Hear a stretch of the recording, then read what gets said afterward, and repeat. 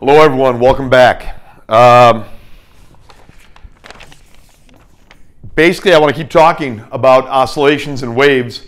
The last time we were together, for the first part of this discussion, first filming of this discussion pertaining to oscillations and waves, we said a few things, and this being the second part of that discussion, I'd like to just kind of start where I was before and then kind of build on that a little bit, and we'll see how we can take that from here on.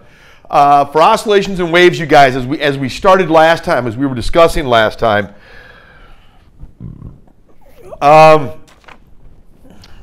basically, you know, it's kind of started, there's ways you can visualize a lot of oscillatory behavior from looking at a circle and how the shadow of an object that's whirling around the circle behaves. The object is moving at a constant speed around the circle. We're not worried about gravitational pull. We'll pretend there is no gravitation where we are, or if there is, the thing's lying on a table and we're taking a bird's eye view of what's going on, or we're in a situation where there's no gravity. Just as a mathematical reality, or at least hypothetical situation, we can do that. We're pretending no gravity. We were looking at how the shadow behaved if we were flashing light on this thing over this way and it was hitting the screen this way. We easily could have the screen down here rather than here. We could have it here or we could have it there. Doesn't matter. We set the rules, we play the game. There's a lot that can be done with circles, and inevitably when we're looking at projections anywhere, we're looking at trigonometric functions. Even what's going on with this circle and the shadow of the object that's going around the circle, we're compelled to look at trigonometric relationships. We said that e to the I theta, where I is the square root of -1, e to the I theta is equal to cosine theta plus I sine theta. This is true based on something that I heard or read written by a great mathematician, Ivan Sokolnikov. He taught at UW-Madison at some point. I think he taught at UCLA as well. Him and gentleman, last name Redheffer, had written a great book on applied mathematics and physics. E to the I theta equals cosine theta plus I sine theta. Based on what Sokolnikov is talking about, he had said that there's this thing called analytic continuation, which means you can extend the mathematics that you normally see dealing with real numbers. You can move them into the complex realm. You can deal with complex numbers just like you were dealing with real numbers earlier, and much of the mathematics can be made to apply, and it can be logically relevant, and it's logical, it's possible, it works. Can't go into it right now, but we did talk about how fascinating, what a fascinating mathematical reality the number E is, and we pointed to the fact that it behaves in some pretty fascinating ways when various operations are performed on it, and many conclusions can be drawn. Sokolnikov, in his book Advanced Calculus, published in 1939, does an excellent job talking about much of this, as do other people and as do other books related to so much of the mathematics that's out there. We'll do what we can, right? For right now, we can't know everything, we can't do everything, but we got to point to some things that are very important.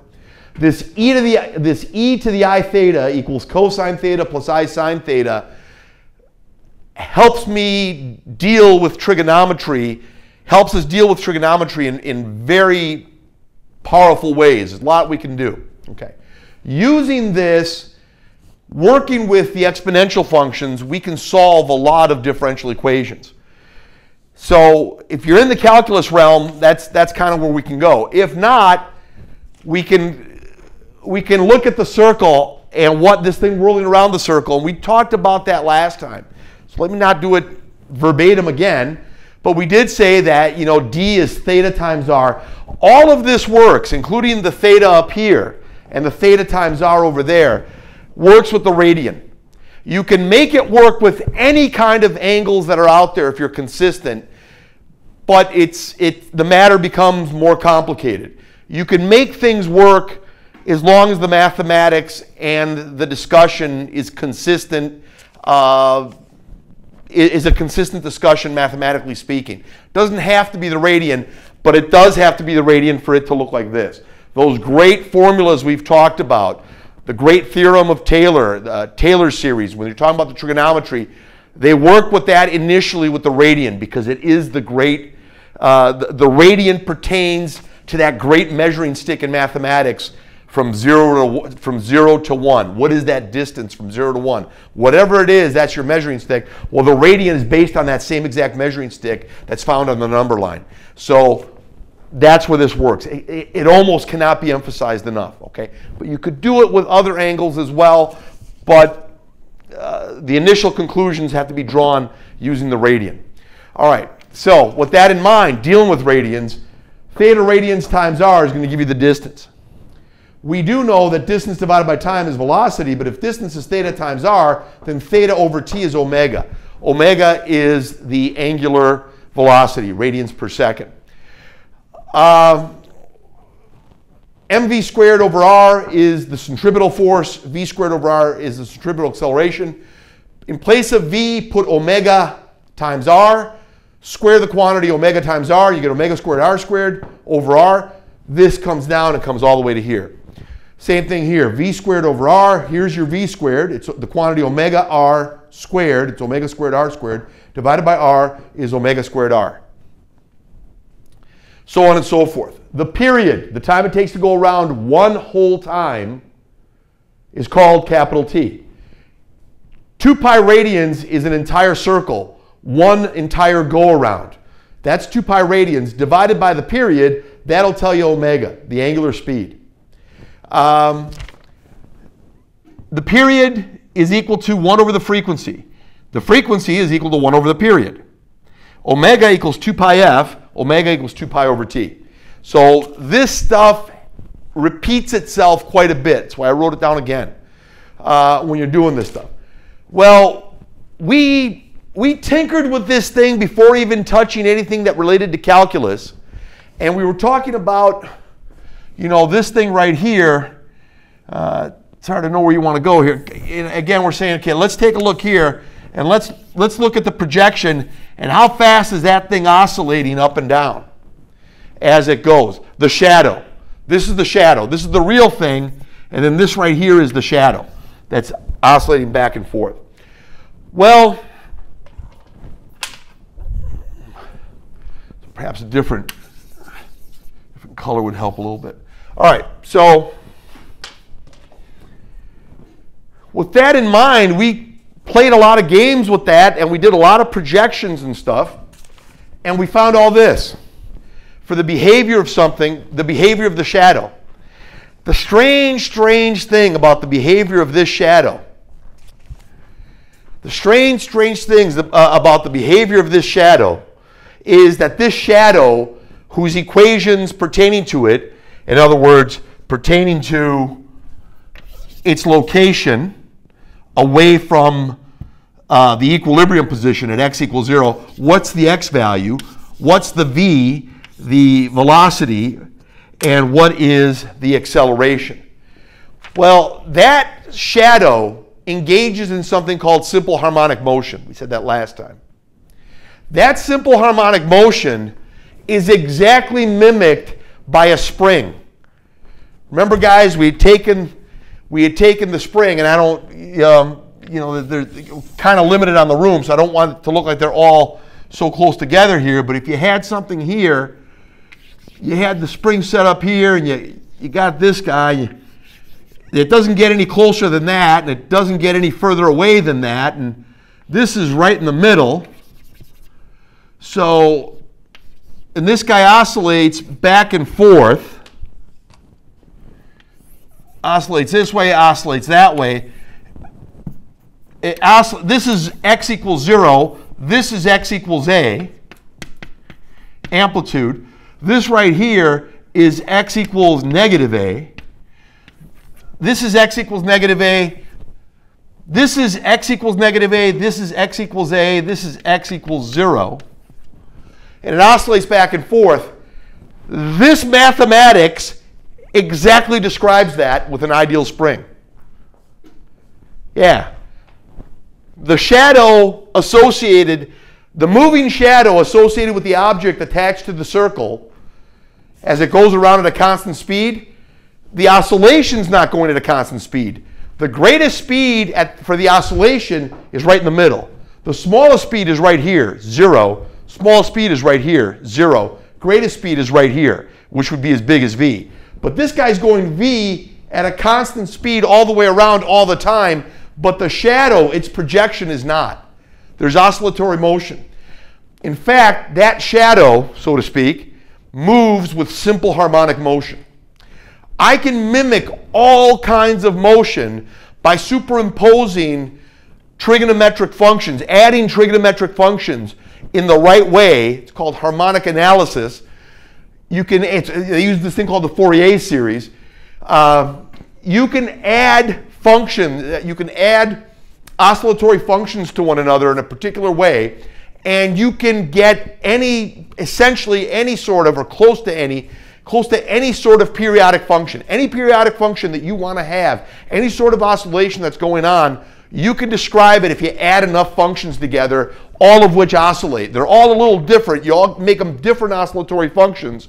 But if you add them together, you can mimic, you can get any sort of oscillation that you want, provided that it's periodic.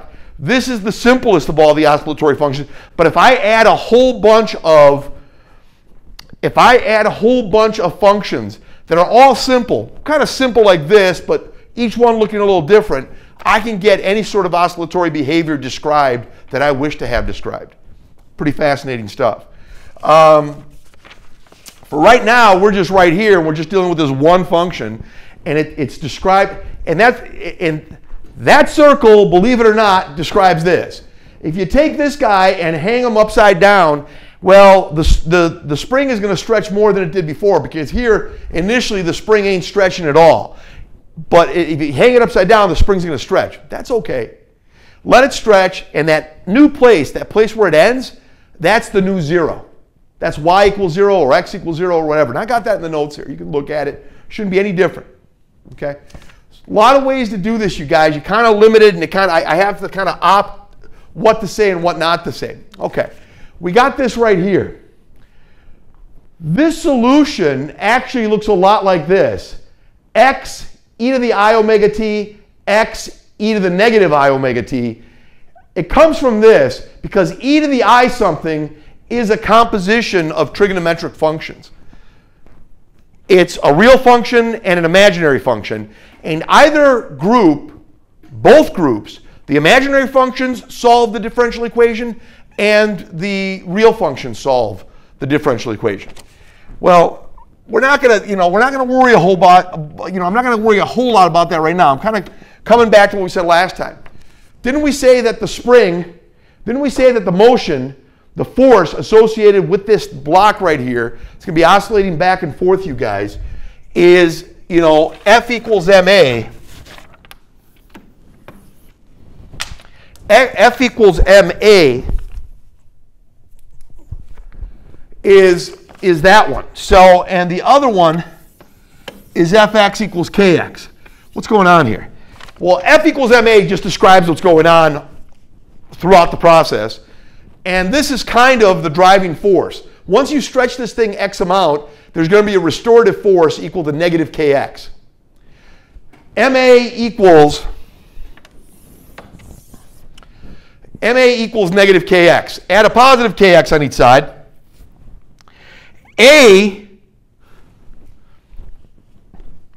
For those with the calculus background, if you're not looking at this if you're not looking at this with the calculus background, you can stay right here and you're okay. Those in the calculus-based classes that I'm teaching, it's good to look at. I'm not going to ask you to derive it. Very unlikely you're asked to derive it, but just look at it and see where you are. Ma equals negative Kx. Add a positive Kx on each side. You're right here. You're right here. A is equal to d squared x. A equals d squared x dt squared.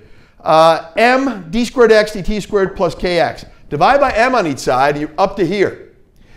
The guess here is that e to the RT, some sort of exponential function, is going to solve this? We said the exponential function is immensely powerful, immensely important in mathematics. Well, here we go. I don't know what R is. R could be a complex number. It could be a real number. Not sure. X equals e to the RT. I'm looking to solve the differential equation, and I work it down in such a way that, you know what, this e to the RT behaves in a real good manner. In fact, e to the RT always behaves in a real good manner when you take its derivative. The derivative of the exponential function is itself. The derivative of an exponential function that has something else in it is still itself times, through the chain rule, the thing that's in the argument. The derivative of e to the RT is e to the RT. The first derivative of e to the RT with respect to t is r e to the RT. The second derivative is r times r squared e to the RT. E to the RT is always there. When you do that, you're always coming here, divide by e to the RT on each side, you're here. Why don't you factor this thing out?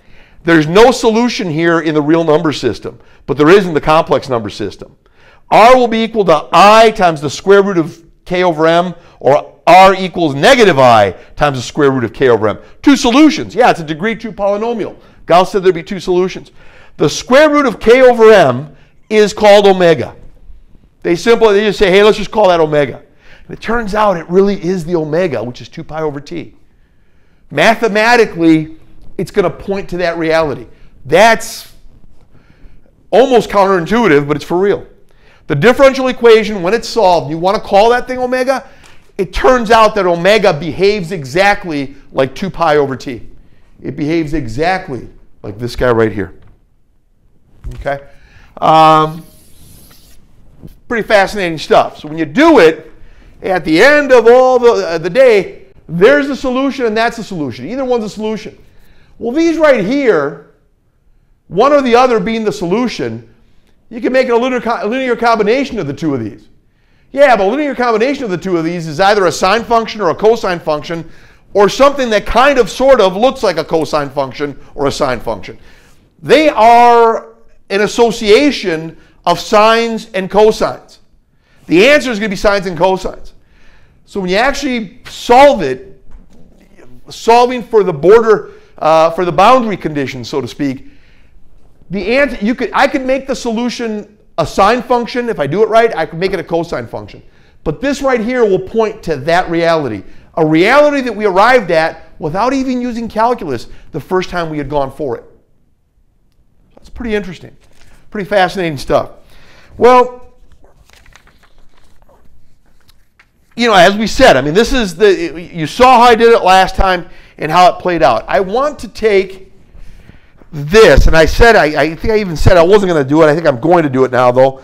And again, you'll see it in my notes, you guys. I think the notes are going to speak. The notes are going to speak better than I do, even though I'm the guy who wrote the notes. I think my notes are a little easier for you to maybe follow because you can kind of go at your own pace. But hopefully there's merit in talking about this stuff as well, as we've done. Hopefully there's merit in both, I guess you could say. So what is going on here? What have we found here? Well, for this thing right here, for the spring system, we found that to be the answer. So is that roughly the same way it's going to play out in other circumstances? Yeah, essentially yes. So you see what I wrote here, guys. Let me erase all of this, and then we'll see what we can say.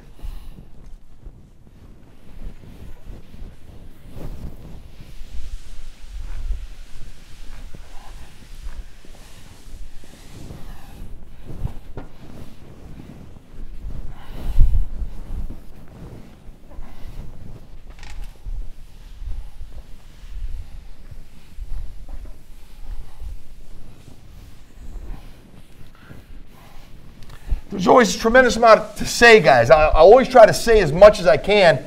We do get limitations, though, as to how much time we have to say something. But if we just have the formulas under control and we got an intuitive feel, a lot of times that's not too bad. It's maybe not always ideal, but it's not bad either. So we'll see. We always kind of opt for how to do certain things. Sometimes we just opt for the formulas and try to give an intuitive feel for it. Let's see right now what I can say.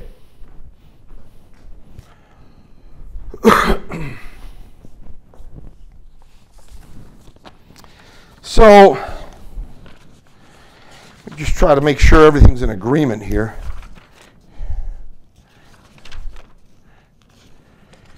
All right, so we said, you kind of saw me do it. I mean, for the spring and for the spring and mass, for the mass at the end of the spring,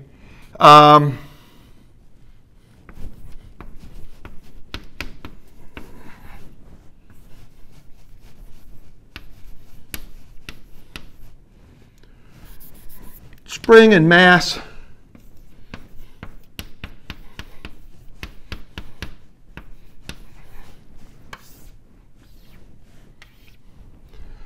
and I'll talk. We'll see what we can say. So basically, I mean, there's a whole bunch of stuff that got thrown at us. We had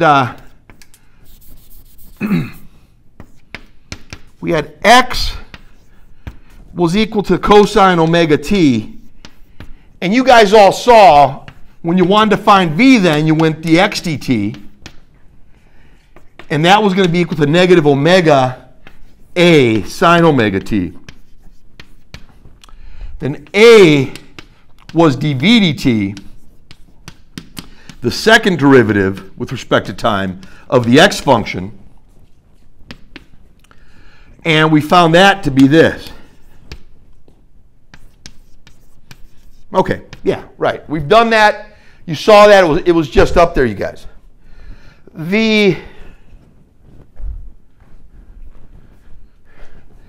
We've got this guy right here, you guys. And let me just see how this is. Let me just see how the colors appear, guys. Not bad. Okay. So on and so forth. You do the mathematics, you draw other conclusions. From x, you can get the v function. From v, you can get the a function. To find v, you take the first derivative of x. To find a, you take the second derivative of x, or the first derivative of v. Okay, we've been there. There's some interesting stuff here. I mean, like I said, even for the non-calc-based discussion portion of it, there's a lot of stuff here. There's this thing called the simple pendulum. And I'll try to, I'll write this, end up erasing, and then summarize that again, right? And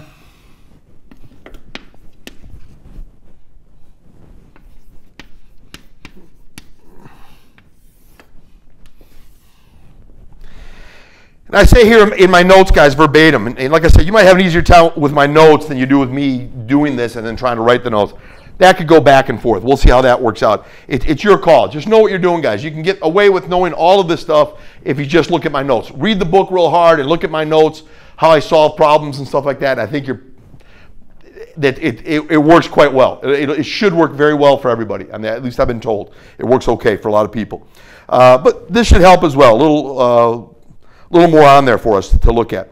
Now consider the simple pendulum for small angular displacements in radians. It's always in radians, guys, as we said. It's kind of the lingua franca on this whole thing. They say something here, and let me just kind of see what I can say here, I guess. All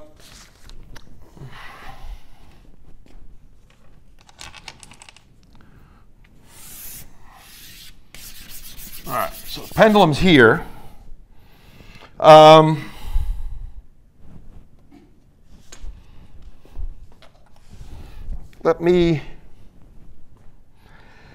it is when it's just straight down, not moving or about to move real fast, coming on the downside, it's going to go up faster.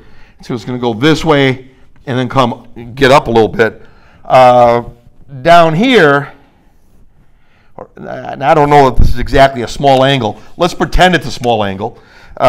This is theta, your displacement, your far pull on this thing. This thing is mass m. Now let's put gravity into this thing. Here's m, here's g. That's mg. mg goes straight down, right? So see how I want to do this.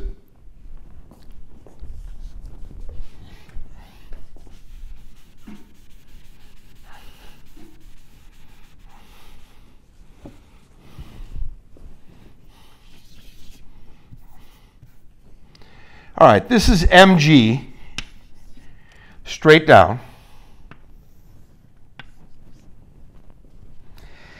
And there's, I guess I can, let me draw a component right here if you don't mind. And let me draw another component right here. This one's pretty important. It's important, and then I proceed to mess it up when I write it. Okay, here it is. This right here, this and this are parallel to each other. That's a transversal cutting these two. This and this, they are parallel to each other. This is a transversal cutting through both of them. This is also theta. If that's theta and this is mg sine theta. Now, they said for small angular displacements. For small angular displacements in radians, this is very important. It's got to stay the radian. This is why they stay with radians, guys.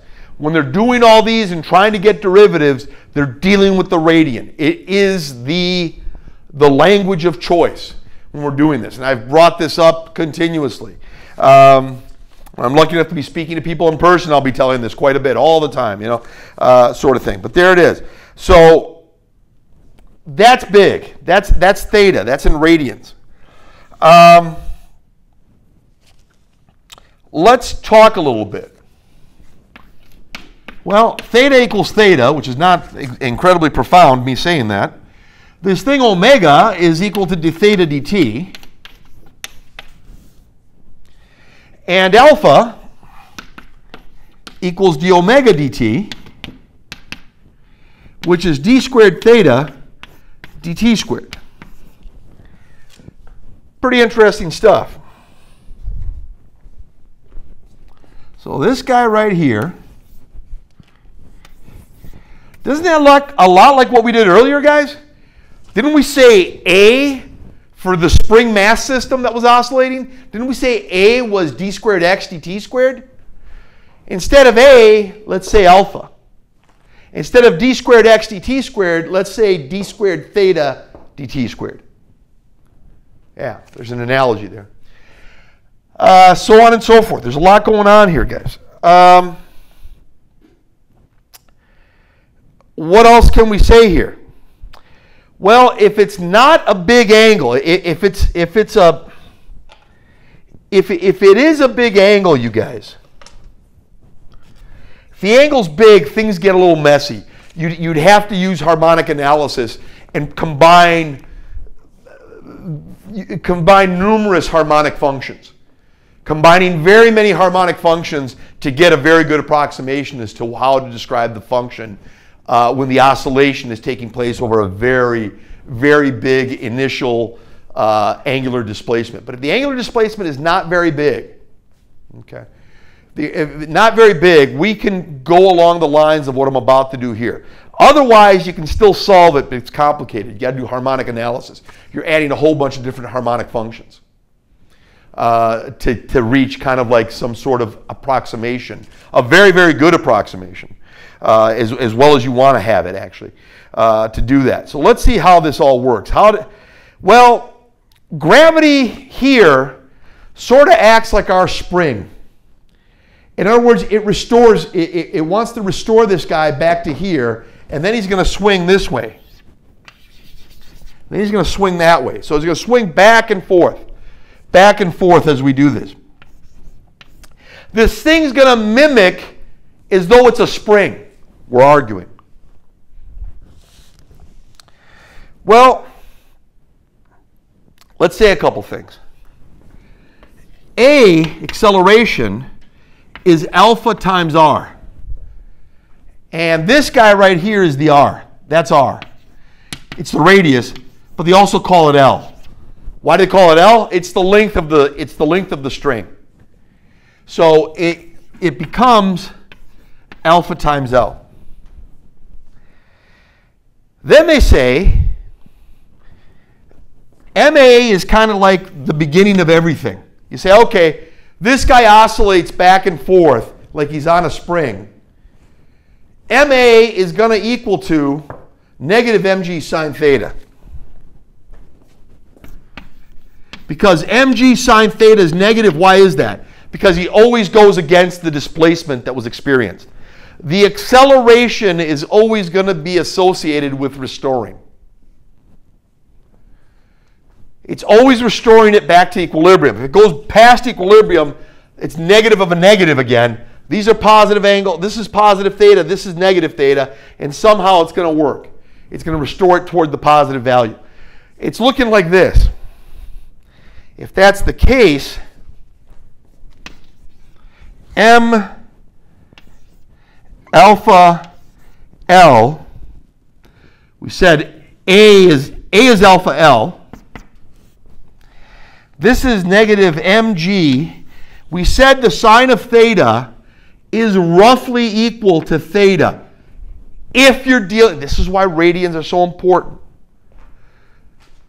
So many of the trigonometric functions can resemble just theta or some manipulation of theta if theta is in radians. Cannot be emphasized enough how important that is.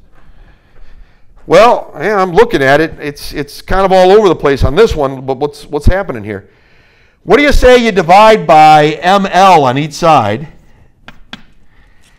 The m's cancel.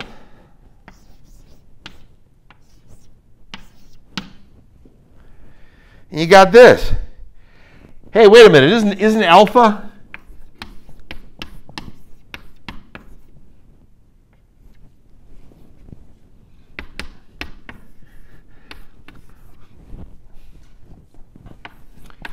Wait a minute. Let me add a positive G over L theta on each side. I got a negative here.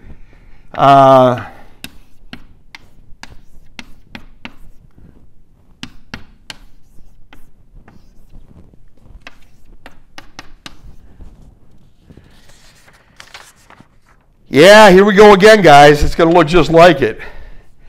It's going to be, we said the D is equal to d dt. And d squared is d squared dt squared when you're doing this. So we're looking at this guy right here. Let me kind of, let me do something. I hope you're okay with it here. When you got to here, guys, let's kind of go down memory lane, as they say. I mean, didn't we talk about d squared x dt squared plus k over m x equals 0? D squared dt squared, d squared dt squared. Theta looks like x. G over L looks like k over m. Theta looks like x and 0 looks like 0. It's going to solve the exact same way, guys.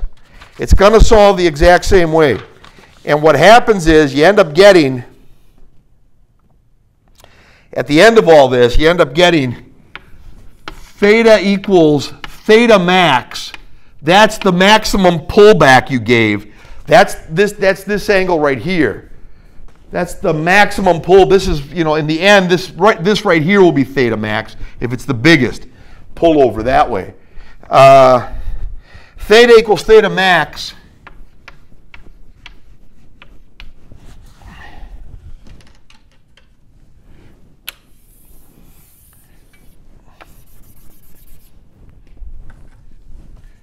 Wow. That looks a whole lot like this. The amplitude is x max. That amplitude, you guys, you just easily could write this. X max cosine omega t. Yeah, that's x equals A cosine omega t. It's going to work out the exact same way. That's where they're coming from, guys. A is x max.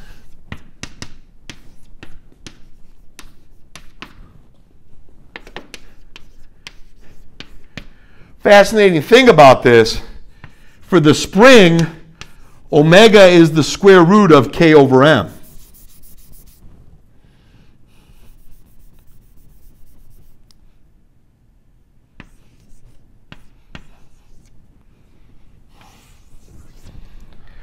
Here, the omega is going to be the analogy. You kick this thing around, you're getting the square root of g over L. Amazing stuff.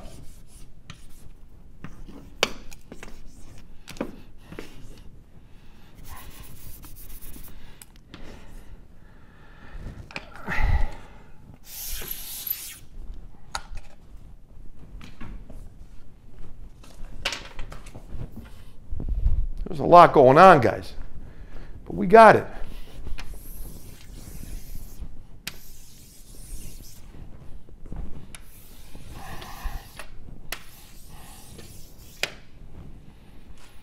Absolutely, that's G over L. That's the square root of G over L on that. Same argument as in the past, as I say on that. They got this, you know, they go along the same lines on a lot of this stuff, you guys. Let me try to get a feeling, give you a feeling here. And then I'm going to say a couple things afterwards, kind of hopefully tie this up a little bit. What if you,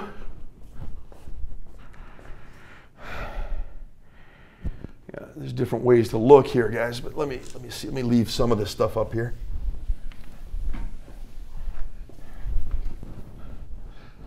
So that was the simple pendulum.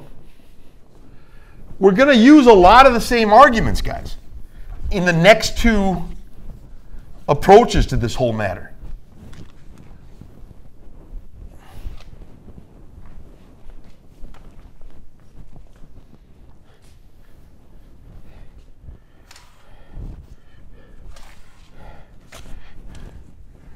Let's see what we got here.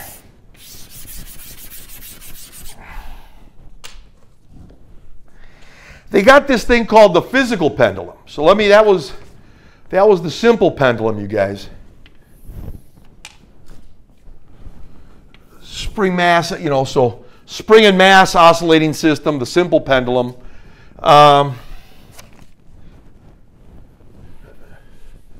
The physical pendulum is kind of a bulky pendulum, I guess you could say, you guys. So for the physical,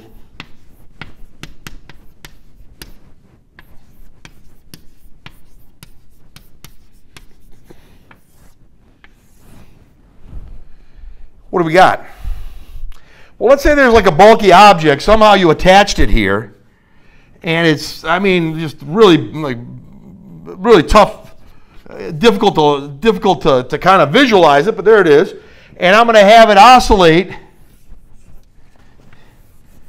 back and forth.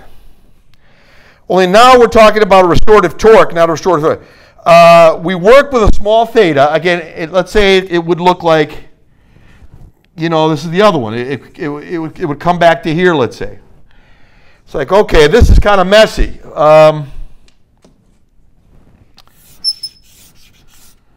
Well, this is the distance to the center of mass. And that's RC. This is,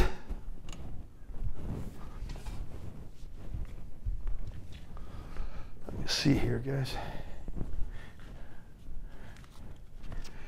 mg straight down. So let me kind of, this is so kind of bulky here. So you got this guy right here. That's the center of mass to this thing. You got mg going straight down again. This angle is theta. This angle is also theta. We got a little bit of this going on. So it's the It's looking a lot like what we had going on earlier. We are going to work with radians. We prefer to work with radians. After all the speeches I've delivered, I hope you guys will always prefer to work with radians. And if they tell you to give it another way, then you give it another way, but get the answers you got to get. If you're doing some kind of manipulation or actually derivation, wow, then you got, the radians where you got to go. All right. So, as we said, this is it. Theta is approximately equal to the sine of theta. And now, as I say in my notes here, Dr. Katz's book goes into this along the same lines. Only now we are talking about a restorative torque, not a restorative torque, not a restorative force, but a restorative torque. Dr. Katz discusses this very well. We also note that I equals I sub Cm plus mh squared. So there is a lot. Let me try to make this decent bite-sized kind of stuff here that we're doing. Let me...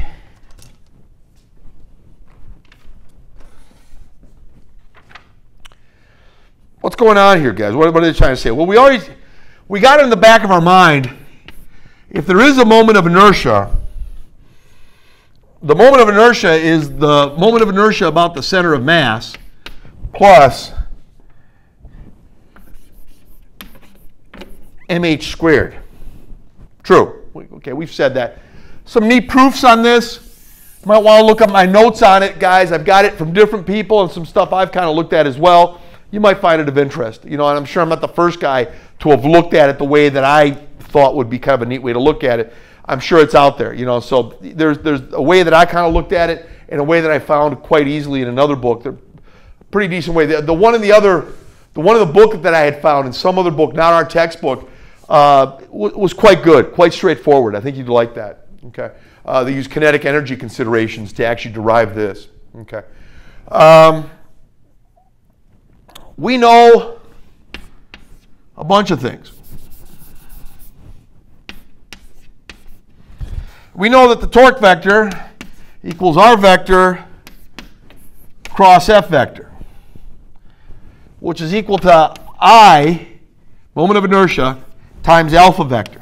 Okay, there's vectors all over the place. You've seen me kind of get away from the vectors. As long as we know what's going on, you're allowed leeway on that. We've talked about it. Again, as long as you know what you're doing, It's like me saying that you don't know how to drive a car and I ask you to drive, I ask you, please go over there and, drive the car. Well, driving the car in and of itself is not a bad thing, but if you don't know how to drive a car, I don't want you driving it, So, but for here, there's like a little bit of an easier way, somewhat easier way to look at it when we do look at these, you guys. And that is we don't put the vector notation on there if we already know what's going on. What the heck's going on here? Well, this is weird. You can't. I know we have forces. I get all that. But the way they go here is, they say, okay, why don't you take? Well, look, guys, we've been doing. Let me write this down and then erase it. We've been doing this. We just did this. What was the other one? Negative mg. Let's see here. Negative mg sine theta. Remember we played that game and we figured out where we were going to go. Let's see here where that was. Yeah. Mg sine theta, and then we did stuff with this. We found this to be ma. So let's see. Let me just exactly see what we had done. Right, we had gone with that as well. We had said on this one, A was going to be alpha L. That guy looks like theta. That right there is going to be d squared theta dt squared. That's the alpha. That's L. Negative mg sine theta.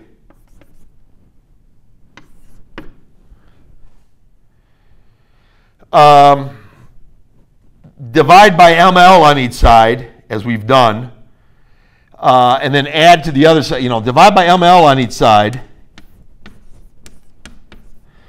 as we had done, then add a positive G over L theta on each side.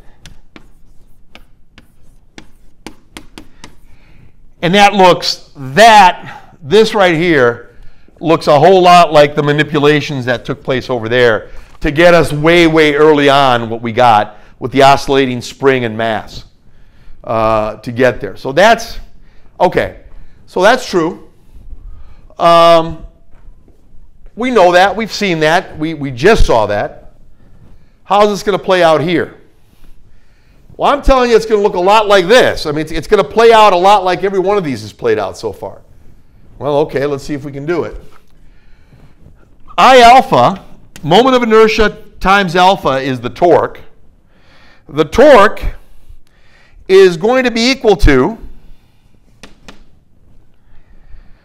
force times distance. This is the RCM, and the force, mg sine theta, right here, ladies and gentlemen, is acting perpendicular to that guy. This right here is mg sine theta. This is R. R times mg sine theta is the torque. Here's your torque. Here's mg sine theta times R. We put a negative on there.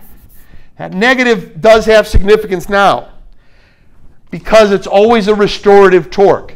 The torque always tries to get you to go right to the equilibrium position.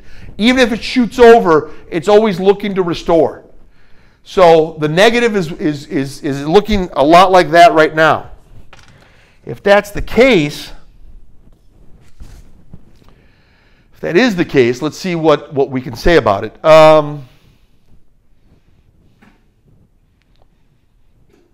See exactly how I want to write this. I mean, there's a number of ways to write it. We said this is approximately just theta. That's R. Where did they put the R? They had the R. You can put the R in front. That's not a big deal. This guy right here is I. This is d squared theta dt squared. Okay, the rotational aspect doesn't change. D squared theta dt squared. This is negative RCM mg theta. The sine of theta looks a lot like theta if the angles are small. Again, this is small angles, guys. All right, let me, I guess you could say divide by I and figure out what's going on here. Divide by I, you end up getting d squared theta dt squared equals negative mg RCM over I times theta. Negative mg RCM over I times theta.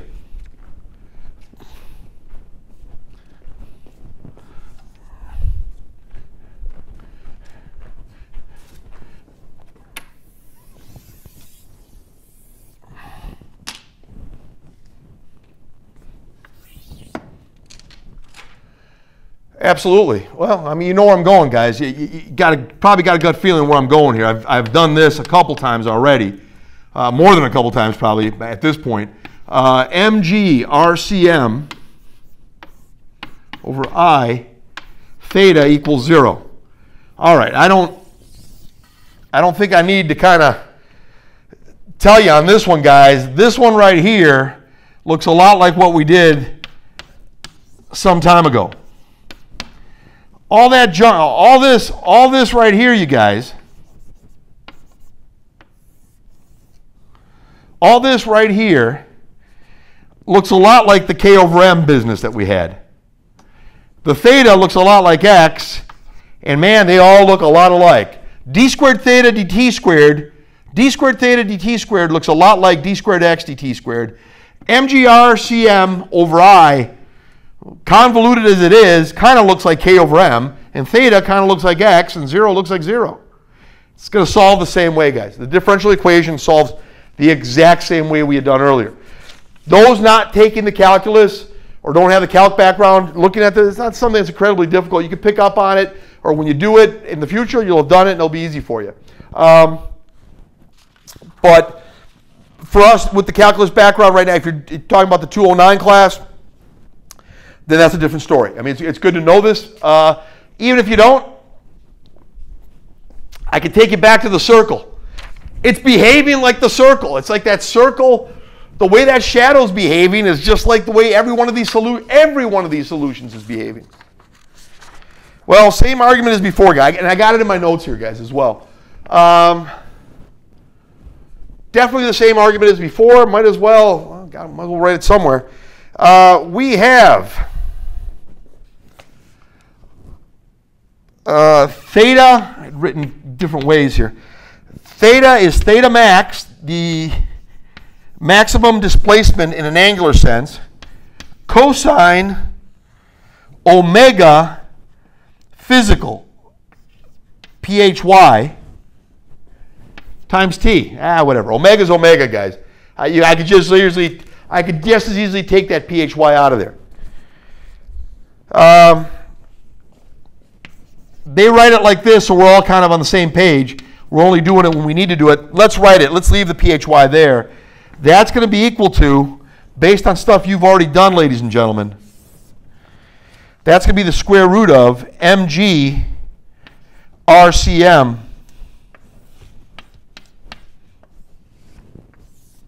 over I. That's something else. It really is. Like the similarity of it, how striking the similarities are, guys. And like I said, when you look at my notes, it's a little more, perhaps more slower going, because you can kind of look at it at your own pace. And some people, I always like reading stuff from a book or something, or whatever, or an article or a book or something like that. It's good to have a hard copy in front of you. So that'll be available for you. You can always print this stuff out as well, guys, from the Canvas information that I'm trying to provide for everybody. Okay. Okay. I mean, yeah, they're all looking like something here, right? Yeah, they're all looking like something. They're all looking a lot alike is what they're doing right now.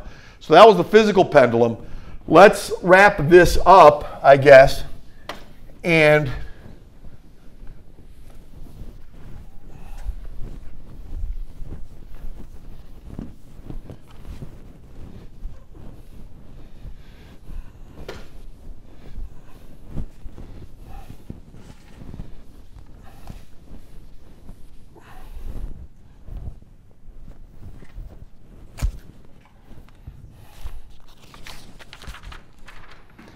I got this thing called the torsion pendulum. So we got this. I'll leave that drawing there. I guess it goes good with the physical pendulum, I guess you could say.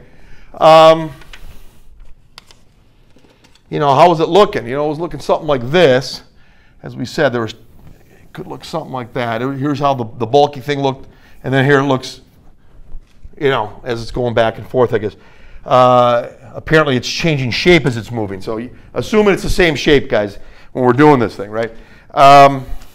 Torsion pendulum, essentially the same mathematics as earlier. Dr. Katz informs us that there's no need for small angle approximation here. That's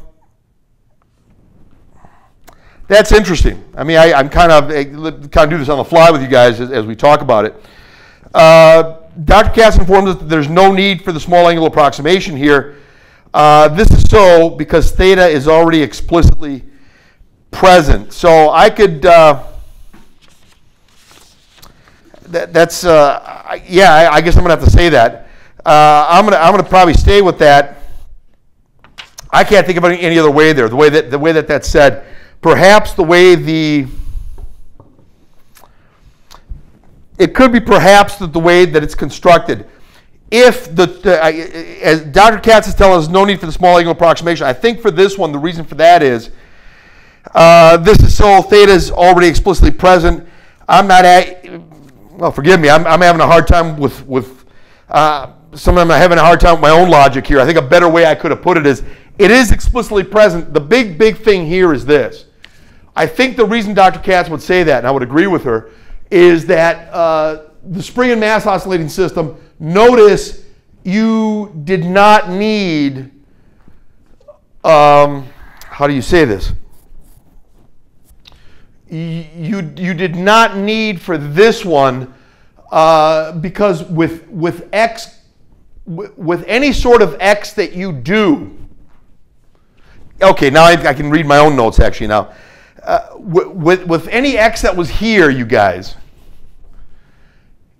it didn't matter how far you stretched it. If this was an ideal spring, a huge ideal spring, and let's say you were like, you attached it somewhere far away that had a lot of room, you say, man, I'm going to stretch this thing away from its equilibrium position. Its equilibrium position is huge. Its equilibrium position is 1,000 meters away. It's 1,000 meters away. The spring is 1,000 meters long, and it's attached somewhere.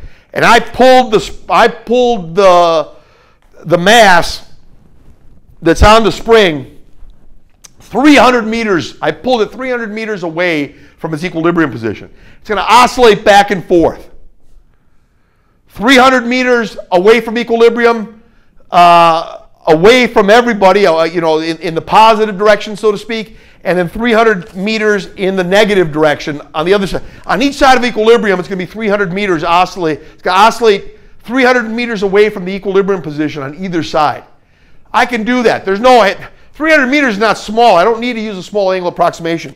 The same thing holds here. This is so because theta is already explicitly present. Okay, now my own notes make sense to me. Theta is already it's associated with theta as is. In other words, if you do a big theta, you know the torque to bring it back is very, very strong. Just like if you pulled a large amount of x, the restoring force, the bigger the x, the bigger the distance x I go away from x equals 0, the bigger the distance x I go away from x equals 0, the greater the restoring force that is initially present to set this whole thing into motion. The same thing with the torsion pendulum. The bigger the angle I crank this thing, the much more so it wants to come back. We're assuming you can't break this thing. We're assuming it's ideal. It behaves ideally just like the spring behaved ideally. So that's where it's coming from. Well, with the torsion pendulum, all right, so the theta is already explicitly present on that one. That explains it.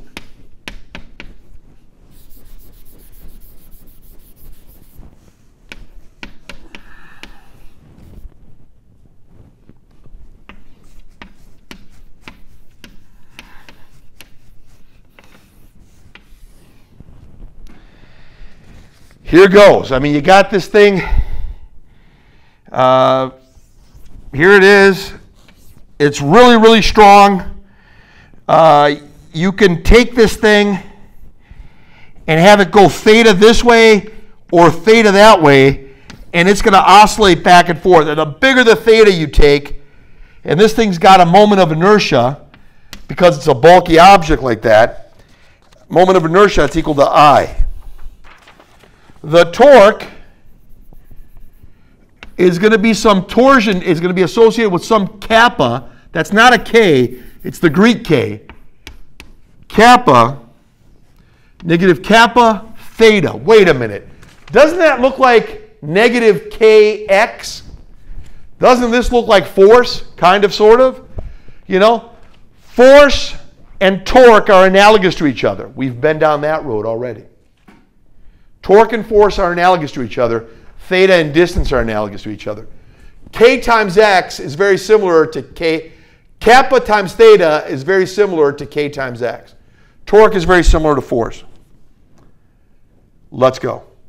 Well, torque is very similar to force. Yeah. I is very similar to M, and alpha is very similar to A. So if you get to here, this is kind of where they're going. This is where they're going. If that's the case, torque equals torque, it's kind of like mass times acceleration equals negative kx. Mass times acceleration equals negative kx. Hey, I did that a long time ago. This kind of looks like mass. This looks like acceleration. This looks like K, the spring constant, and this looks like a distance.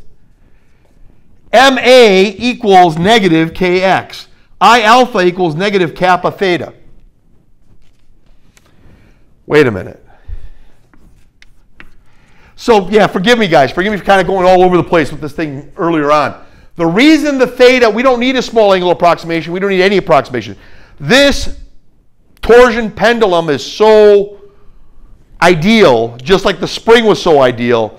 No matter how much theta I twist it, the more I twist it, the more violently it wants to come back.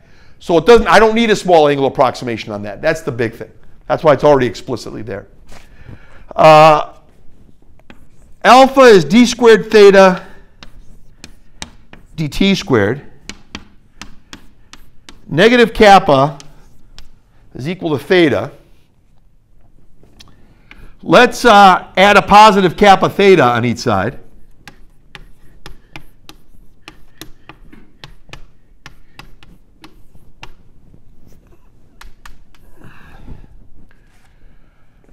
Let's divide by I on each side.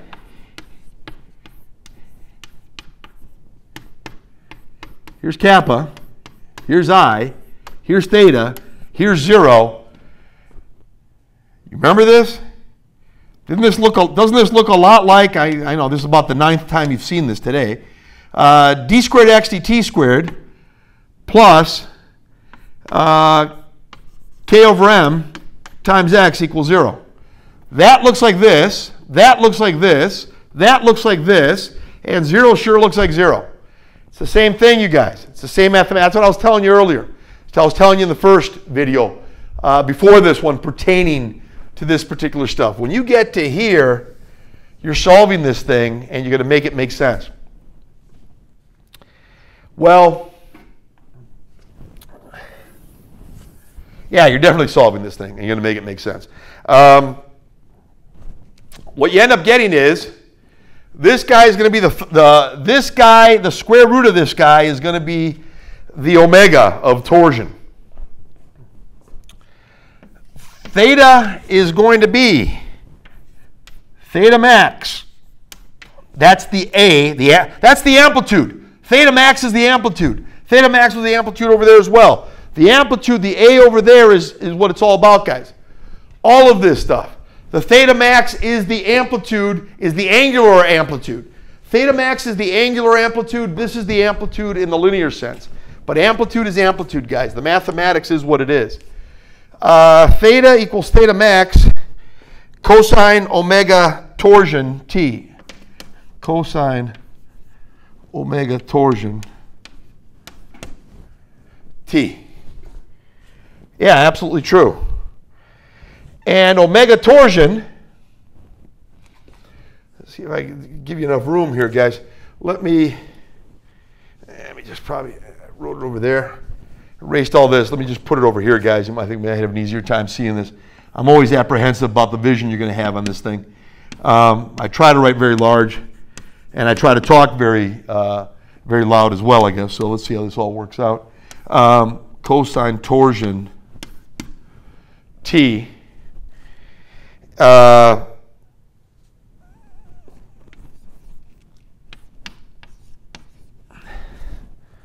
Omega torsion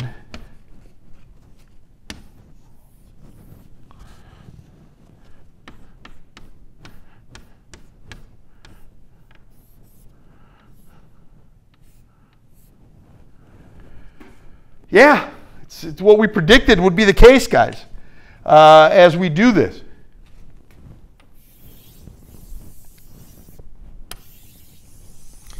Anyway, pretty fascinating stuff. If the function describing something, or if the circumstances are something less or something different than simple harmonic motion, we can mimic. We can use a whole bunch of simple harmonic functions.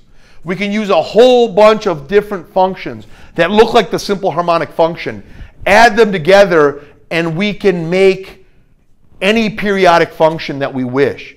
If we manipulate a whole bunch of harmonic functions the way we choose, and we add them together, we can attain any sort of periodicity, any sort of periodic function, no matter how challenging it may be, we can get it. We can get there.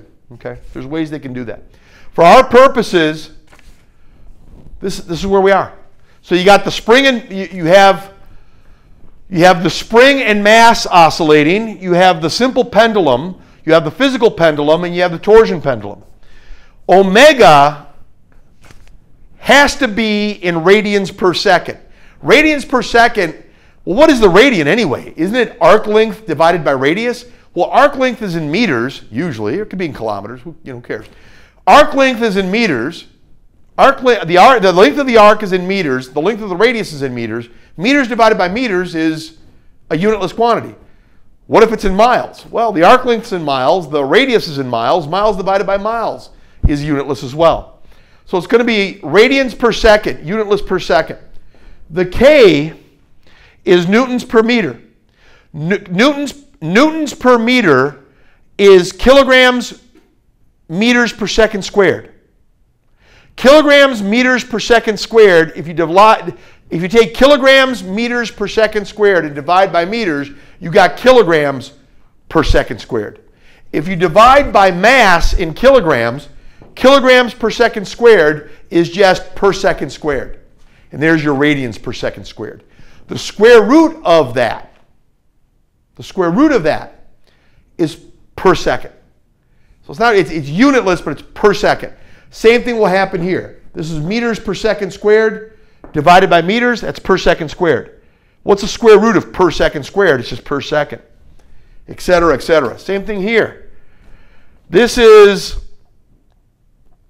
going to be meters. This is going to be kilograms.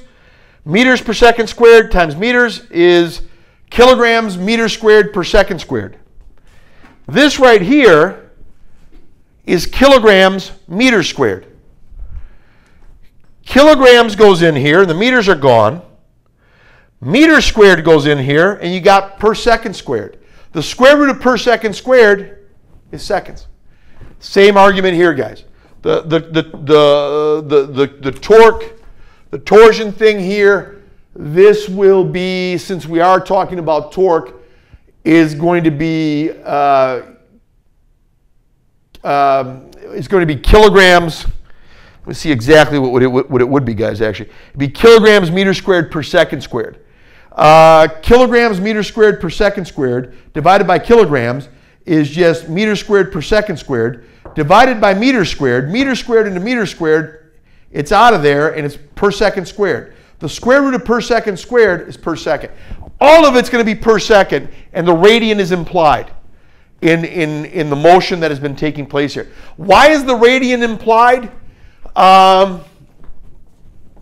It's within the constant itself, you guys, when we're doing a lot of that stuff. So it's got to have and the radian being a unitless quantity, it's there, but the unit doesn't really show up. A little complicated that way. All right. So there's a lot here. I mean, I've got more notes on damped harmonic motion and the like, driven oscillators. Again, Dr. Katz has brilliant work on that as well, guys. You can look at it for driven oscillators. I've got some work done in there. I'm not going to hugely emphasize it, but it's there in the note. It's in the book and it's in my notes as well. Let me leave it at that, though. So here, this is significant. I mean, for us, given what we're doing here, guys. And we can talk about so many things. So many things can be talked about regarding this stuff. So let's see what else we can possibly say here. I'm going to get, probably in the other video I do on oscillations and waves, get more into the some other aspects of motion that can happen. But let's, in the meantime, let me keep going. I'm just arguing. It's very likely I will be putting this, I'll be talking with another video as well pertaining to this stuff. But let's.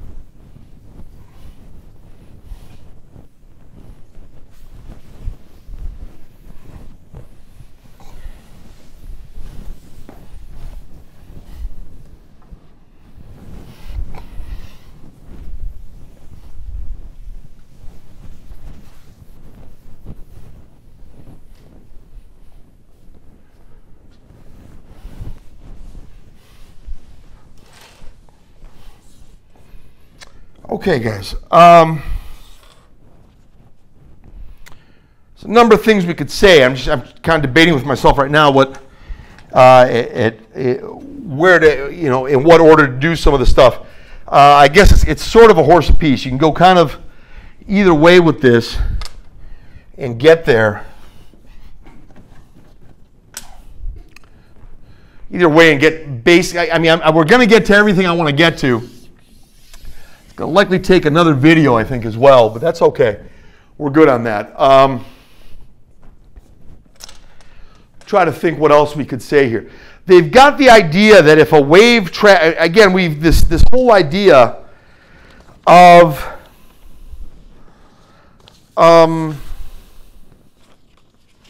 you saw some of the formulas I had, I guess you could say.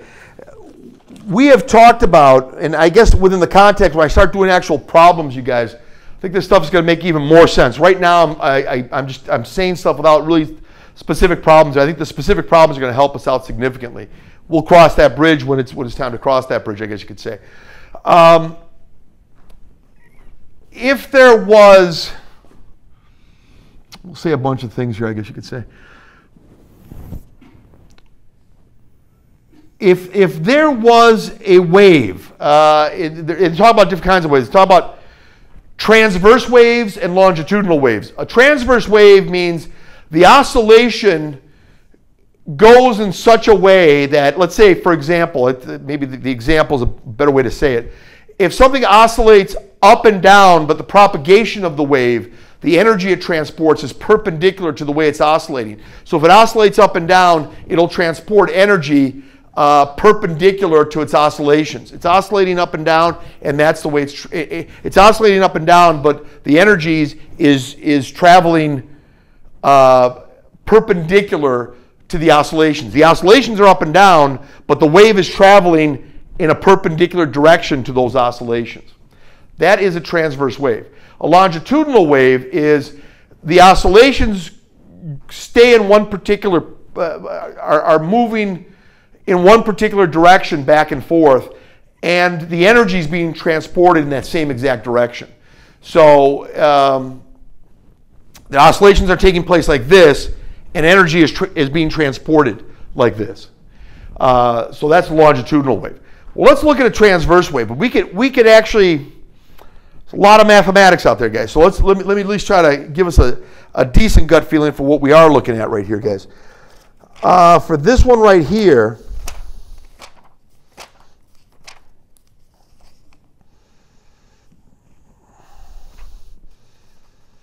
there's a whole lot of things that do get said. All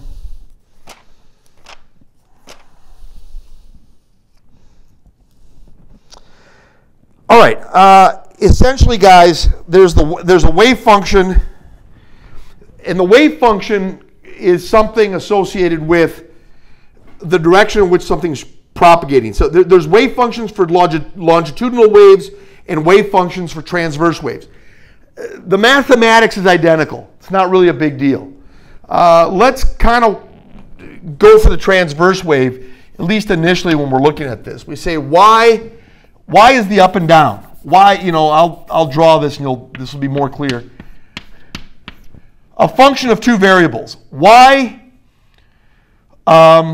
equals, y is a function of x and t, and so a lot of times they don't even write x and t, but it's understood that it's a function of x and t, and they won't write it. But y is a function of x and t, so y of x and t, y of x comma t, is equal to y max, which is the amplitude A, times the sine of kx minus omega t. True. Well, yeah, take my word for it, it's true. I'm going to say two things here, and maybe you'll get in the habit of not writing down the x and the t. You don't really need to, but there they are.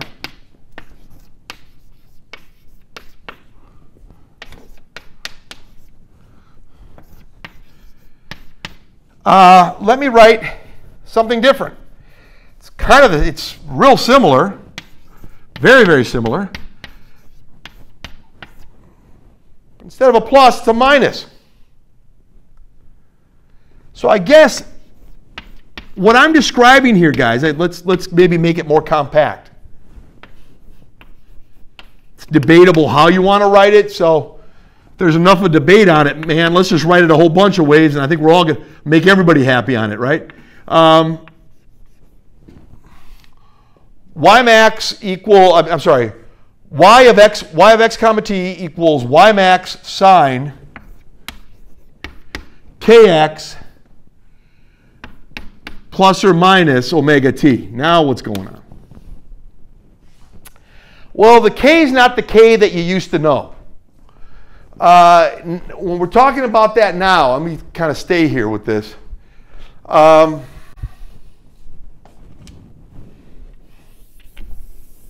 Let's all agree who's who.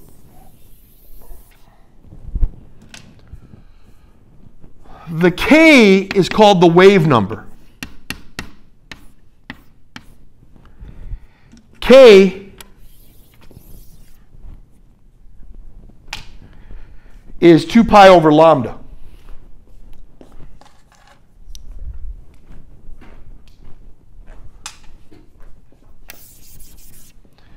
K is 2 pi over lambda. Lambda is the wavelength. We'll talk about that in a second. Omega is 2 pi divided by capital T. You saw me write that earlier. We're actually going to see that now when an actual wave is moving. There's a little different dynamic. A lot of the same mathematics is showing up. I guess you could see, you've seen a lot of this mathematics, if not a long time ago. Well, you saw it recently at least. You've seen me do some of this already. Okay.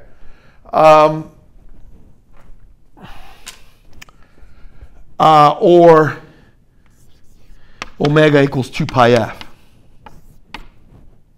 Okay. Same thing, because f is 1 over t. Okay. What's going on here? There's a lot of ways to go, guys. I want to kind of opt.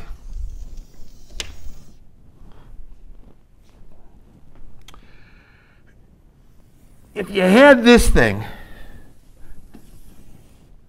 and it goes on, man, it goes on, it goes on forever, whatever. It goes on forever that way, and how it's propagating, and, I don't know, maybe hey, for all I know, maybe it's going this way. Oh, that way. Well, let's, first things first. First things first.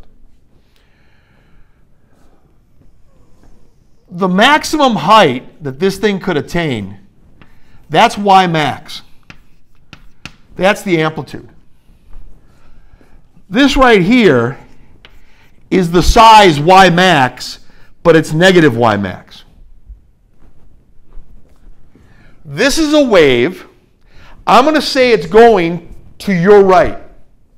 It is transporting energy, influence. It's hitting the walls somewhere that way. It is lighting up something. It is transporting energy one way or the other. It's transporting energy to your right. To your right. If it's going to your right, I'm going to say this. Let me say it first and then tell you about it later.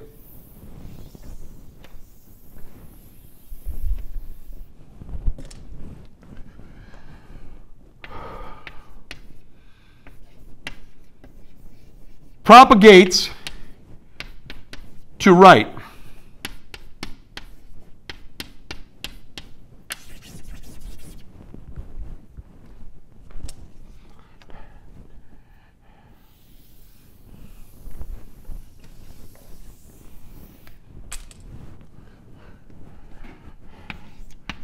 This one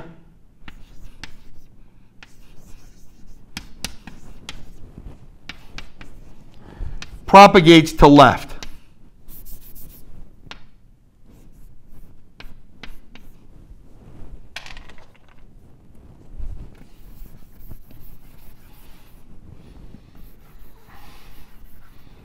One's to the left, one's to the right.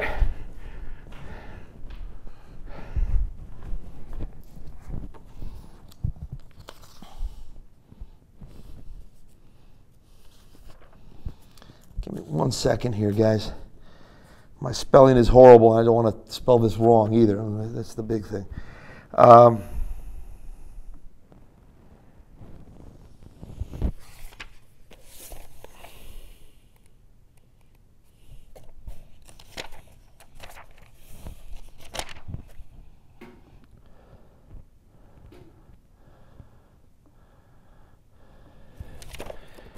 All right, I'm just going to leave it. The big thing is it propagates, guys. It propagates to the right, it propagates to the left. Don't worry about my spelling. If it was an English class, we'd worry more about it, I guess.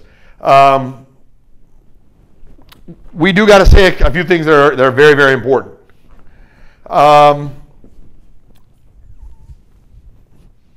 There's so many takes, there's so many ways to look at this, depending upon what kind of a wave that you're talking about. Is it an electromagnetic wave? Is it a wave composed of a rope, a long rope, and I'm making it oscillate? Let's keep it simple, and I think I think that will help us very much. Let's keep it really simple, and I think that's the main thing that's going on here with this. This wave does not stay looking like this. How many times do waves in the ocean? Let's say there's waves in the ocean. You're seeing waves, and let's say they're beautiful to look at, and they're moving. How many times do waves in the ocean stand still? Hey, I'm a wave, and I'm going to stand still. They have the same general shape. I agree with that. They move, however, with that same general shape, repeating itself over and over and over. They don't just stand still. Oh, this is a wave. Look at it. It looks just like a hill, and it stands still, and it stands still just like a hill. It doesn't happen. It moves. That's what happens here. This guy right here, this point right here, will oscillate all the way up to here, and then all the way down to here. This guy will eventually oscillate all the way up to here, and oscillate all the way down to there. This one will go all the way up to here, but it'll also go all the way down to there. This guy right here will stay there, but it'll also make it way down there. Just like this guy will make it up to here, but also go way down to here. This one will make it all the way to here and go all the way to there. I don't need to do that for every single point on the line, but I should, because every single point on the line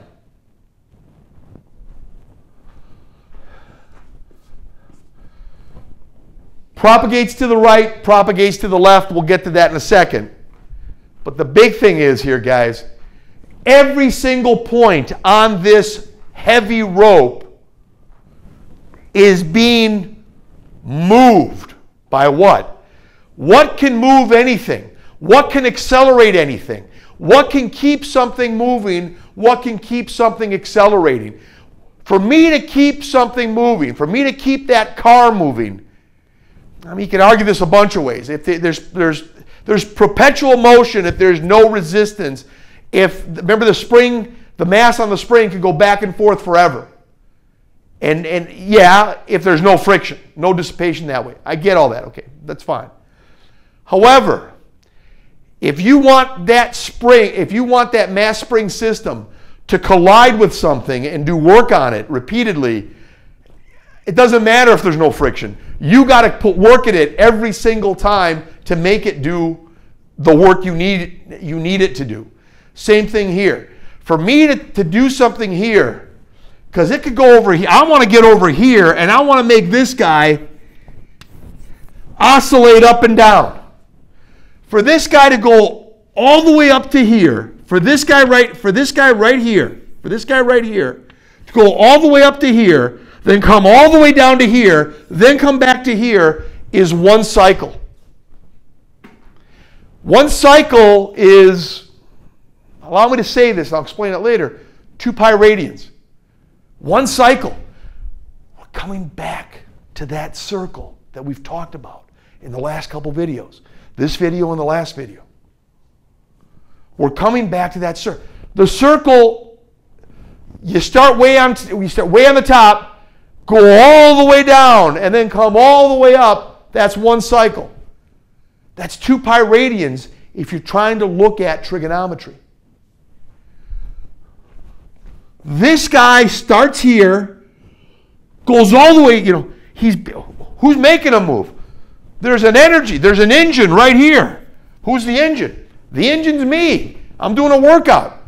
I'm making the rope fly up and down. What am I doing when I do that? I'm sending waves. I'm propagating energy to the right.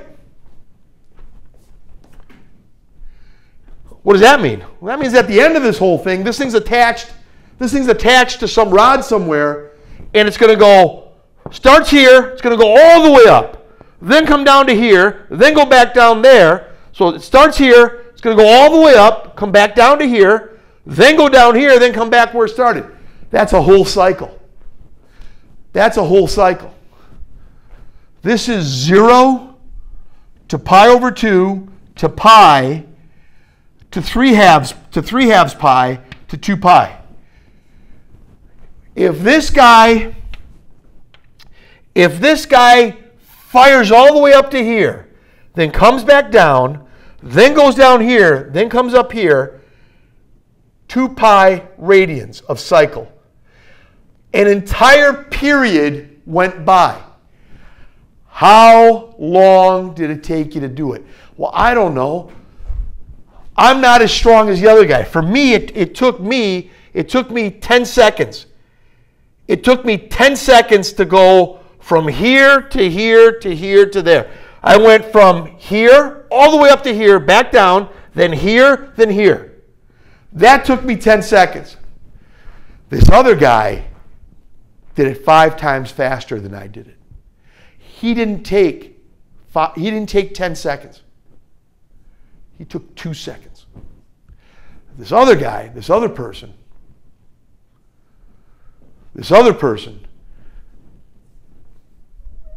she, we all had engines, whatever. It was our own bodies doing it or just some engine. This other person, she had an engine that could do it in 1 second. My engine could do it in 10 seconds. The other guys could do it in 2 seconds. Her engine that they had, the scientific instrument that they had, the engine that was engineered, made, they could do it in 1 second. Depends how fast it's going. But what does that mean?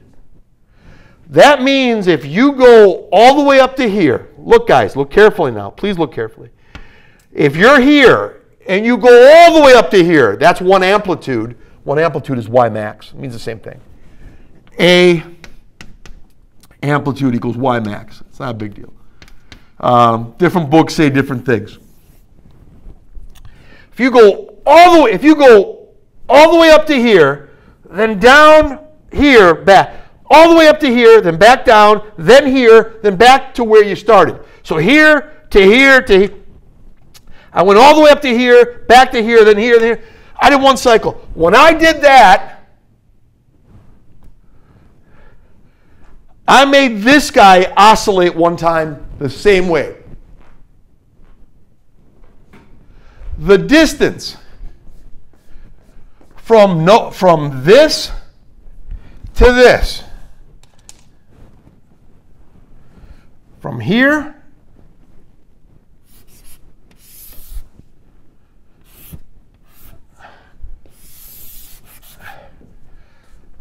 that's lambda. If you want to go from crest to crest up here, that's also lambda. If you just go to its mirror image, the next mirror image of it, you've done lambda. That's the wavelength. Lambda is the wavelength. That depends on many things. There's so many things on which a lot of these things depend. I have to kind of, so we're not blinded by the forest nor blinded by the trees. Let's not say too much. Whenever we're crossing these bridges, we're doing the problems, it should manifest itself a little bit better for us. But for our purposes right now, if this oscillates, if this does 1 cycle in a time period T, capital T, it affected this guy the same way. Bam, bam, 1 pulse, 1 entire pulse, 1 entire pulse made up of 1 cycle. Bam! It shot it up, it shot this way and did it. Shot up, came down, went down again. So up, back to where it was, here, then here. So bam, bam, bam. All the way up, down, back here. That one cycle, bam, will happen here after a time period t. So what happened is this guy had this effect put on him. He does the cycle. By the time the cycle's done, it's reached here. And then it'll start to do it. It does the cycle, it'll complete its cycle. In other words, when this guy completes the cycle in that amount of time, it has sent a wave doing the same thing here after a period of time t. After that period of time t, this guy will experience it. So how fast is the wave moving? It's covering the distance lambda.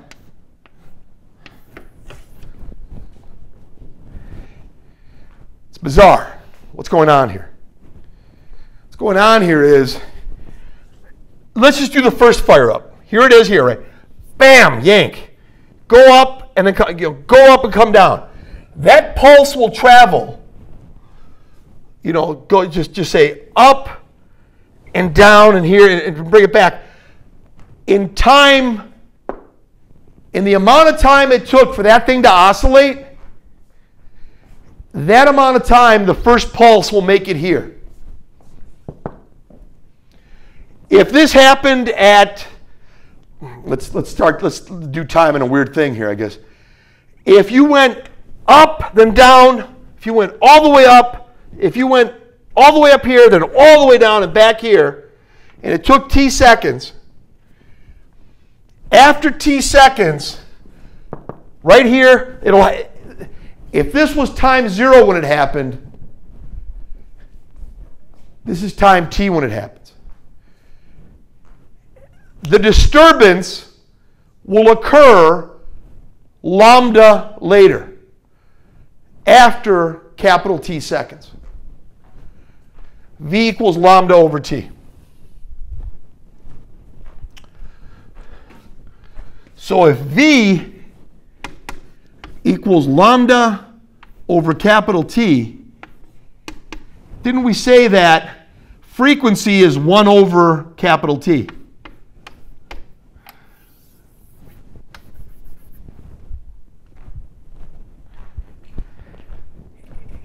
If it took me 10 seconds to do this, 10 seconds later, it'll happen here. Whatever happened there will happen 10 seconds later.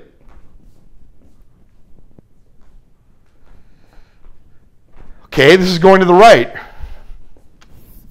This is going to the right. It sure doesn't look like it's going to the right. I'm claiming it's going to the right. Why put a minus there? Because here's where it gets interesting, I guess you could say. If I wanted to have a disturbance occur, I'm trying to think of a good one to say here. Let's put it here. I want to have this disturbance happen right here. I want it to be disturbed right there. And I want over here to be disturbed, lambda over later. This distance is never, the math gets a little messy, I guess. This right here, from here to here is 1/4 of a lambda. That's another quarter of a lambda. That's a quarter of a lambda, and that's a quarter of a lambda. Okay, that's a whole lambda. Okay. This is a quarter lambda, and it happened after, I don't know how many seconds. I want the same value to occur here, but afterwards. Here's where it gets, okay, you guys have this already written here, so you can always go back. Okay, we said what this is going to be for V.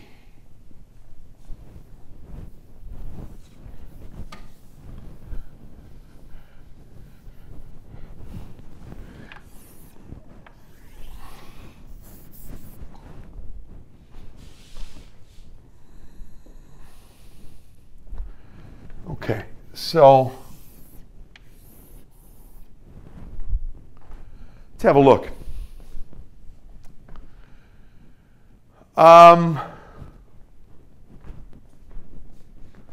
exactly how I want to say this. Is everybody going to agree on the argument here that this is 0, this is L, this is L over 4, and this is L plus L over 4? All right. Let me see how this thing works going to the right. K is 2 pi over lambda. So let's see what we're going to get. We're going to get the max. The max on both is Y max. So for this guy right here, I'm going to say this one works. We're going to say Y equals Y max. This is always best person to person, guys. We don't have that, so I'm going to try to kind of mimic that a little bit. When does this happen? When do you get another Y max? You understand? There's a Y max up here, and there's a Y max over here. Heck, there's a Y max here. All of these will hit a Y max, but let's go here, right at that one, at T equals that. We got to talk.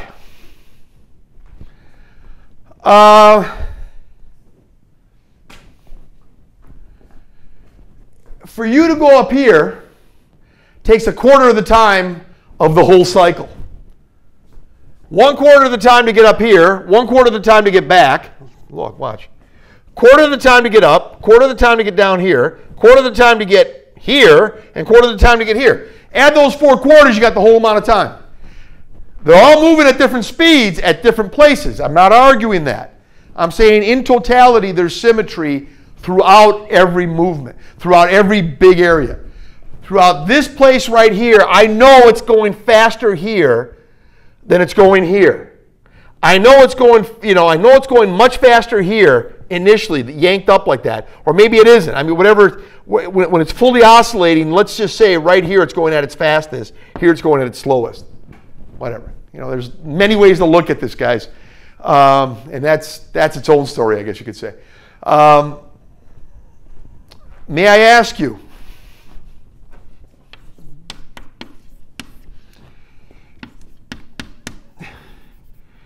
K is 2 pi over lambda. X is X. Omega is 2 pi over the period, capital T. And it's a unique, the period and the wavelength is different depending upon many things, right? Here, let's say this wave is what it is. We have a lambda, we have a capital T, et cetera, et cetera. Let's see what we got.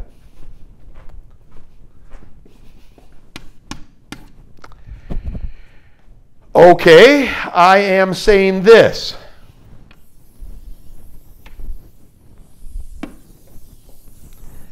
Now we got to talk. I want to get, and this works for everything, guys. You can pick a spot on this wave and it works. I can make it work if I go from, if I don't want to go there. Maybe you don't want me to go there either. I mean, you could go right here, this guy, and he's like this, huh? He's kind of getting up here. So we got this guy. To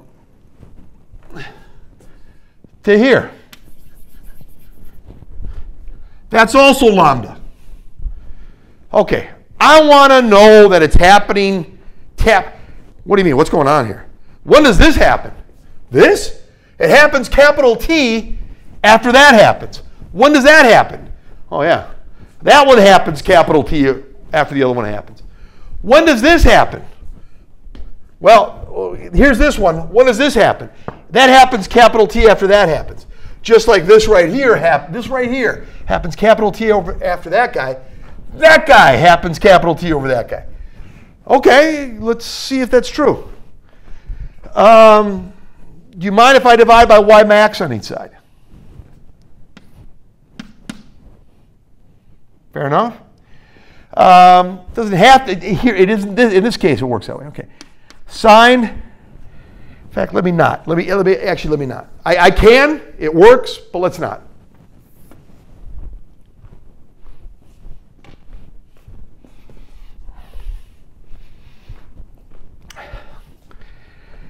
Here goes. I'm claiming in this whole song and dance, for that guy to dance up to here, initially for this guy to climb up to here, it's going to take him 1/4 of a time period, 1/4 of the period to get up to here, and it'll have traveled 1/4 of a wavelength. Okay, let me see here. Are you telling me that I can? I'm going to run out of room, guys. I'm going to try not to, but if not, I'll figure something out.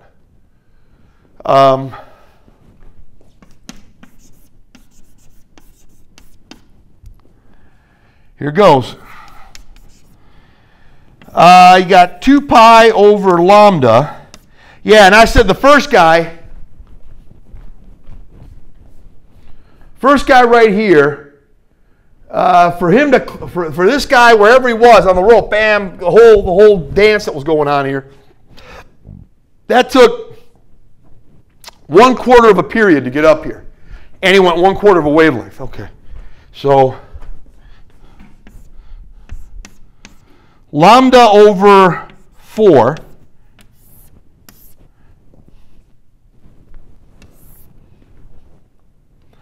minus, and it took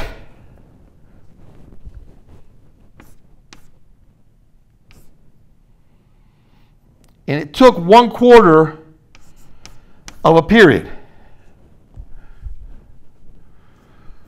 So I'm going to just see. It got the max there. Let me just try to. There's a way to do this, and I just don't.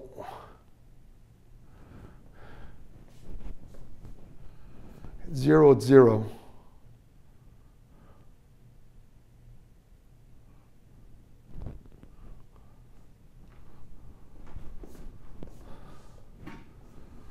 I'm trying. They usually got. They sometimes. I don't want to.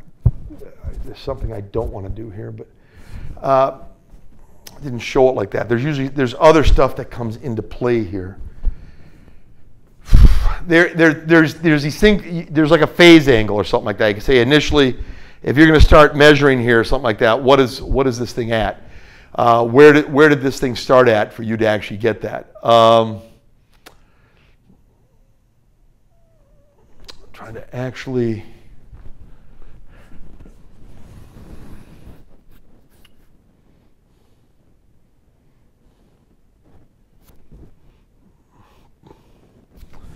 Actually, give me 1 second, guys. I want to see how to a good way to talk about this, I guess you could say.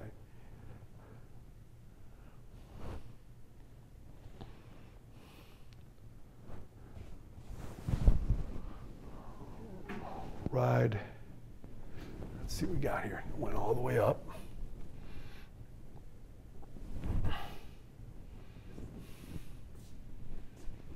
So after that does a cycle. It'll happen here. Yeah, okay, that's T over 4.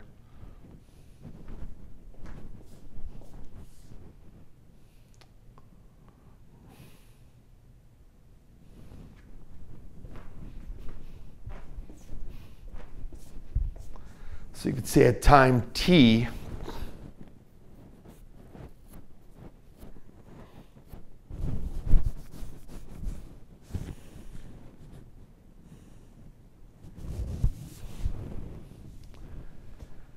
trying to actually say something here, guys, but it's doing some crazy stuff here. You could say that I'm trying. The math is fine. I'm just trying to think about a good way to talk about the math.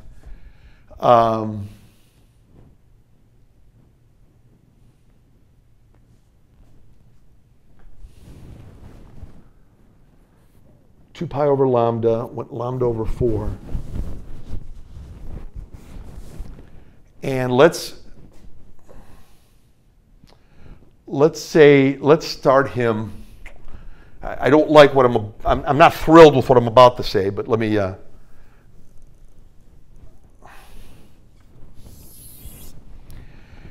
let's say 2 pi over capital T.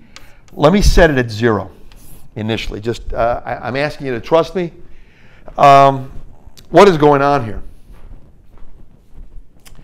Well, let's start the clock somewhere and see how they compare to one another. This business went on like this. It really, what happened was, for this whole thing to happen, you start here, and if you do one entire, if you start here and go up all the way down, back up, that's T. Then at T over 4, T plus T over 4, it's going to go this far.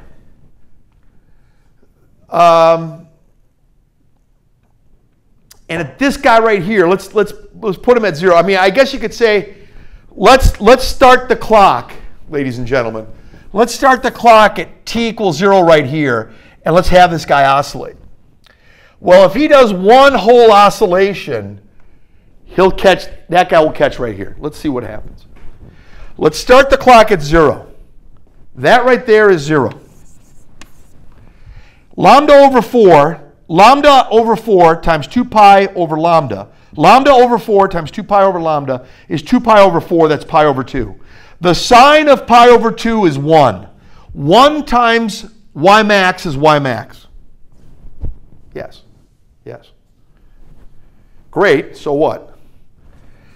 Let's go to the other guy.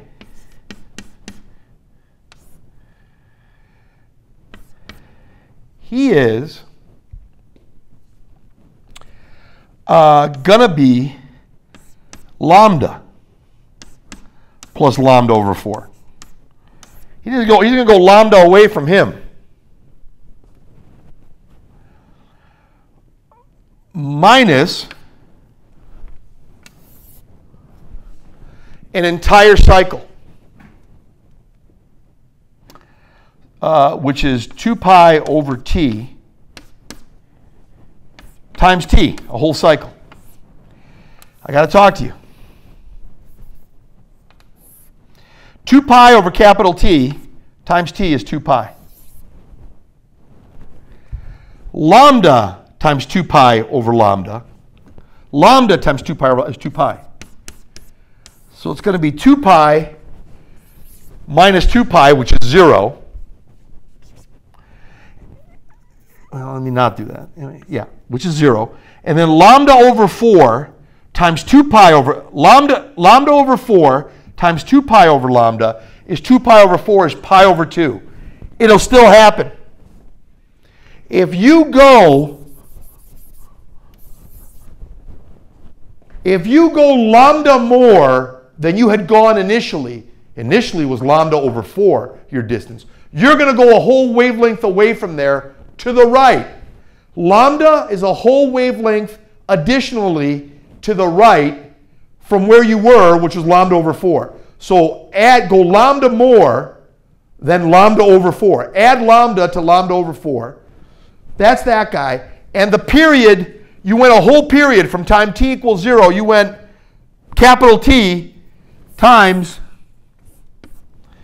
2 pi over t. You got a 2 pi here, you got a 2 pi there, and at the end you got a pi over 2. It comes out. What just happened here? We got y max twice after a period of time, capital T. After a period of positive time, capital T, we went a positive distance, meaning to the right, lambda. Aha! It sure did happen. Minus. That's why the minus goes to the right. It would go to the left. It would go to the left. Let's take the same exact scenario. Let's take this guy at time small t equals at time small t equals 0. We like a whole cycle happened. This guy went down, and all the way up. All the way down, all the way up. All the way down, all the way up. Okay, so all the way down, all the way up, and I'm saying it's going to go that way. Wow, this is lambda over 4. A whole, I run out of blackboard space here, guys, so I can't walk over there for you guys to see it, but over there, it's going to be negative 3/4 lambda over 4. Over there. To your left, from here, from positive lambda over 4, from 1/4 lambda, it's going to be negative 3/4 lambda that way. Yeah, what engine drives that? Well, let's make the time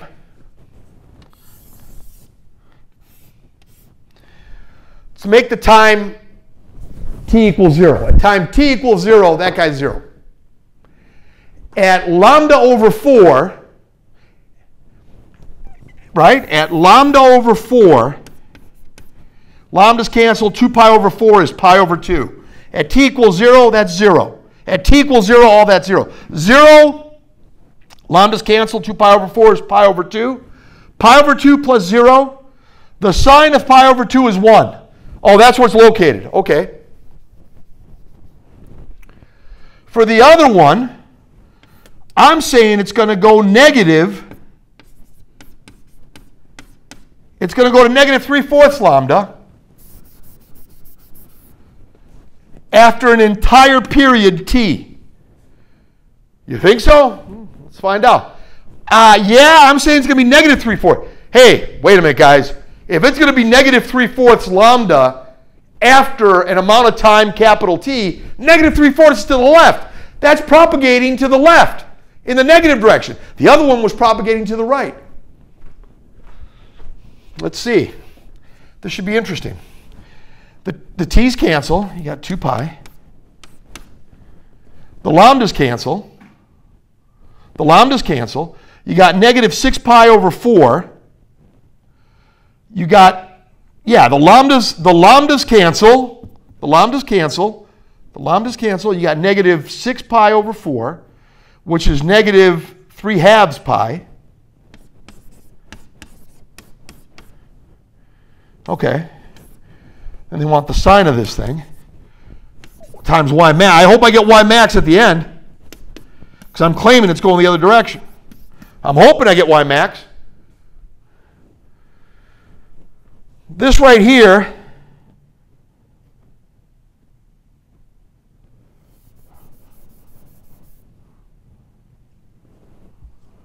is 4 over 2 pi. 4 over 2, that's 2. 4 over 2 is 2. That's 2 pi. 4 over 2 pi plus negative 3/2 pi. 4 over 2 pi plus negative 3/2 pi is pi over 2. The sine of pi over 2 is 1. The sine of pi over 2 is 1. 1 times y max. Yes, it'll work. It'll go to the left. It'll only work, ladies and gentlemen. It'll only work.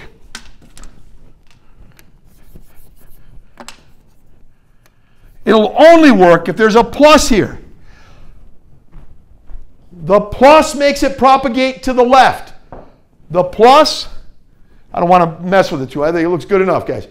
The plus makes it propagate to the left. The minus makes it propagate to the right. Counterintuitive. Oh, negative. Negative, you got to be going to the left.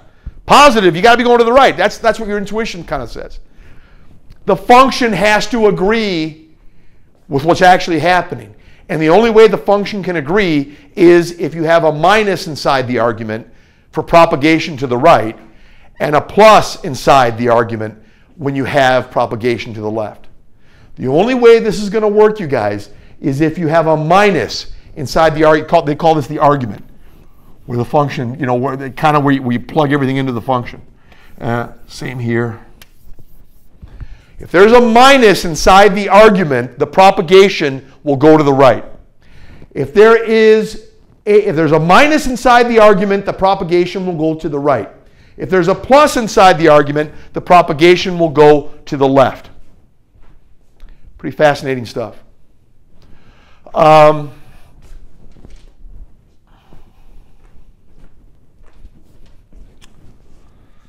That's pretty interesting. We could talk about, I think the next time we get together, we can talk about some other stuff related to this stuff, how we can actually maybe take some arguments about what energy is all about and everything else. Okay. All right, guys, thank you very much for your time. We'll talk later.